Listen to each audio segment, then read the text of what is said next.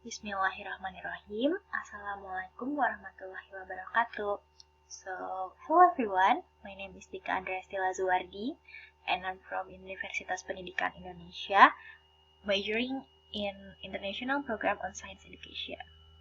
So in here, I would like to present my research with the title Investigating Students' Motivation Towards Science Learning, or ICMScE, using Inquiry-Based Learning supported by Instagram. Before we are going further, I would like to say sorry if there is any noisy in my video because of the limitation of the tools. Okay, so thank you for your understanding. So next, the first is introduction. So education is one of the important aspects of daily life. Due to the pandemic situation that we face today, distance learning is implemented from elementary into the higher education. However, distance learning is less effective and less motivated for the student. In gaining the student's motivation in learning science, one of the possible learning model to be implemented is inquiry-based learning, where the student able to explore the phenomena and give the solution. Due to the use of technology in distance learning, it is possible that combine inquiry-based learning with technology. Previously, inquiry-based learning already supported with laboratory activity, virtual laboratory activity, pet simulator, augmented reality, and visual pop-up book.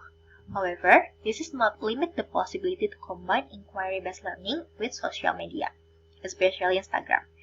The social media is used in here, which is Instagram, because the Instagram already used widely with people around the world, and also the user also believe that Instagram can be used in educational purpose. For the research methodology, the research design of this study is pre-experimental study, one-shot case study, where the students are given the treatment and then the students are observed its effect, which is observing its motivation. And for the participants consists of 17 students of 8th grade junior high school, which is consisted of 12 males and 5 females, and it is located in Bandung, Kuala Lumpur, and Yogyakarta. For the participants, is chosen by convenience sampling. And then next is data collection tools using student motivation towards science learning questionnaire that using the Likert scale for scoring. It is adapted from Tuan et al. 2005. The questionnaire consists of 6 aspects. There are self-efficacy, consisted of 8 questions and 5 negative statements, and then for active learning strategy, consisted of 8 questions, and then for the science learning value, consisted of 5 questions, and then for the performance goal, consisted of 4 questions and 4 negative statements, and then for the achievement goal, consisted of 5 questions, and then the last, learning environment stimulation, consisted of 5 questions. And then all of the question is 35 questions. And then for the Likert scale, in here it is using 1 until 5. For the 1, it is represented as very disagree, and then second is represented as disagree, and then for 3 is represented as neutral, and then 4 is represented as agree, and then for 5th it is represented as very agree. And then the data will be analyzed using descriptive, which is we calculate the mean, and then the average, and also we calculate the average percentage. And then for the average percentage, then interpreted in percentage scale. Okay, next, for the research procedure, it consists of 3 meetings. The first meeting is inquiry-based learning implemented in like subtopic, and then the second meeting is inquiry-based learning implemented in mirror subtopic, and then third meeting is inquiry-based learning implemented in lens subtopic. And in the third meeting, questionnaire given to the students. Okay, next, the results and discussion. So based on the figure 1, this is the figure 1.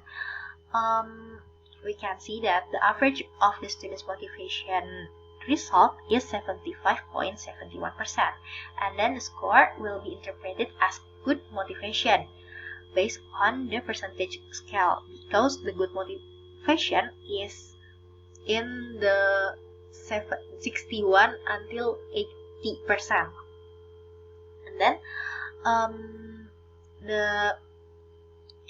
then it is represented as good motivation.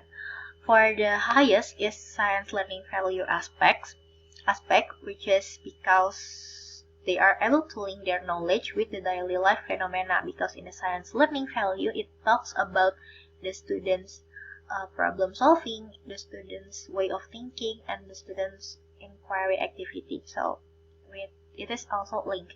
And then for the lowest score, the self-efficacy and performance goal is because of the personal factor, which is for the self-efficacy, the students are not believe their ability in learning science, and then for the performance goal, the students tend to learn science without competing with other students, and also not learning to gain the teacher attention. Then the next is before we got that the average score is considered as good, right? And then it might be influenced by the inquiry-based learning that implemented into the student. So in improving the motivation, there are several phases of inquiry-based learning that given to the student. There are orientation, which is give the students brief information regarding the material that will be learned today.